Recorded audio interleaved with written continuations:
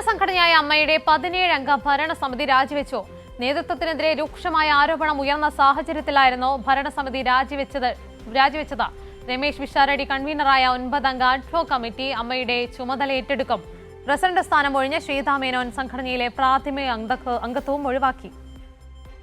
സംഘടനയുടെ പേര് ജനങ്ങൾക്കു മുൻപിൽ ചീഞ്ഞളിഞ്ഞെന്നും പേര് ചീത്തയാക്കിയത് സംഘടനയ്ക്ക് ഉള്ളിലുള്ളവരാണെന്നുമായിരുന്നു ആരോപണം.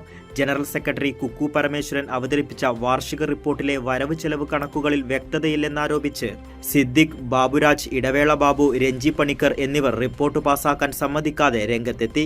വിമർശനങ്ങളെ തുടർന്ന് 1 വർഷം പൂർത്തിയാക്കുന്നതിനു മുന്നെയാണ് 17-അംഗ ഭരണസമിതി രാജിവെച്ചത്. പ്രസിഡന്റ് സ്ഥാനമൊഴിഞ്ഞ ശ്വേതാ മേനോൻ പ്രാഥമിക അംഗത്വത്തിൽ നിന്നും ഒഴിവായി.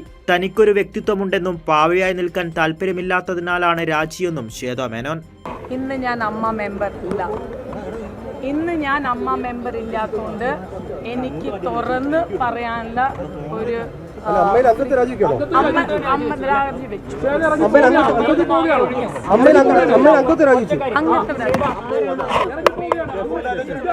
കുറ്റാരോപിതരായ എല്ലാ ആൾക്കാരും ബാക്കി പേരുകൾ അത് അടുത്ത പ്രാവശ്യം ഞാൻ അതിന്റെ ഒരു കെണിയായി തന്നെയാണ് കുറെ ഇവിടെ എല്ലാ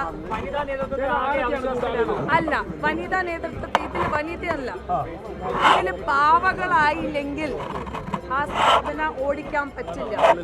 പാവ ആവാൻ ഞാൻ റെഡിയല്ല. നീതി കിട്ടുന്നെന്ന് കരുതുന്നെന്നും കണക്കുകൾ വ്യക്തമായി അവതരിപ്പിക്കാൻ ശ്വേതാ മേനോൻ 45 ദിവസം കൂടുതലായി ആവശ്യപ്പെട്ടത് ബാലിശമായെന്നും അൻസിബ ഹസൻ പറഞ്ഞു. അതിജീവിത ഉൾപ്പെടെയുള്ളവരെ തിരിച്ചു വിളിക്കണമെന്നും അൻസിബ ആവശ്യപ്പെട്ടു. കഴിഞ്ഞ ഭരണസമിതിക്ക് കൃത്യമായിട്ടുള്ള വരവ് ചെലവ് കണക്കുകൾ ഈ ജനറൽ ബോഡിയിൽ കാണിക്കാൻ പറ്റിയിട്ടില്ല. അത് ഒരുപാട് തവണ ആ കമ്മിറ്റി അംഗങ്ങൾ ചോദിച്ചുകൊണ്ടിരിക്കുകയായിരുന്നു, ഞങ്ങൾക്ക് 45 ദിവസം തരാമോ, ഒരവസരം കൂടെ തരാമോ എന്നൊക്കെ. എന്ത് ബാലിശമായിട്ടുള്ള ചോദ്യങ്ങളായിരുന്നു അത്. പക്ഷേ ആ ബാലിശമായിട്ടുള്ള ചോദ്യങ്ങളൊന്നും ജനറൽ ബോഡിയിൽ വിലപ്പോയില്ല എന്നുള്ളത് തന്നെയാണ് സത്യം.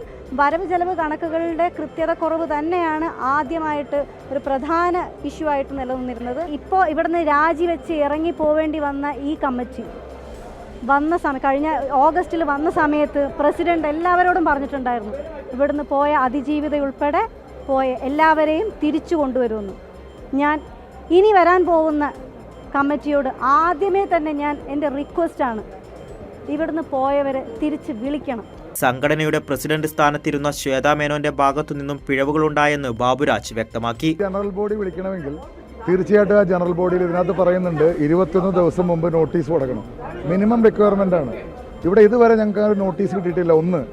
2, ഇന്നിവിടെ പാസ്സാക്കാൻ നിന്ന കണക്കുകൾക്ക് ട്രഷർ റേറ്റില്ല, കണക്കുകൾ ശരിയല്ല. അതുപോലെ തന്നെ റിപ്പോർട്ട് പാസ്സായില്ല. അവർ പല പ്രാവശ്യം കെഞ്ചി ചോദിച്ചിട്ടും ഒരംഗം പോലും, ആദ്യം ഒരു 10 പേര് കൈവക്കി, പിന്നീട് ഒരംഗം പോലും കൈവക്കിയില്ല. അപ്പോൾ നിങ്ങൾക്ക് ഊഹിക്കാവുന്നുള്ളൂ എന്താണ് ഇവർ ചെയ്തു വെച്ചിരിക്കുന്നതെന്ന്.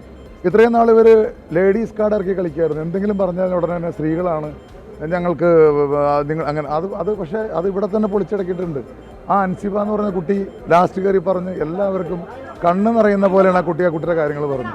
അപ്പോൾ ഇത്രയും സ്ത്രീകൾക്ക് തന്നെ ഇത്രയധികം ഉപദ്രവം നടത്തിക്കൊണ്ടിരുന്ന ഈ ഒരു കമ്മിറ്റി അവർ തന്നെ രാജിവെച്ച് പോവുകയാണ് ഉണ്ടായത്. ഭരണസമിതിയുടെ രാജിയെ തുടർന്ന് ചുമതല രമേശ് പിഷാരടി കൺവീനറായുള്ള 9-അംഗ അഡ്ഹോക് കമ്മിറ്റി ഏറ്റെടുക്കും.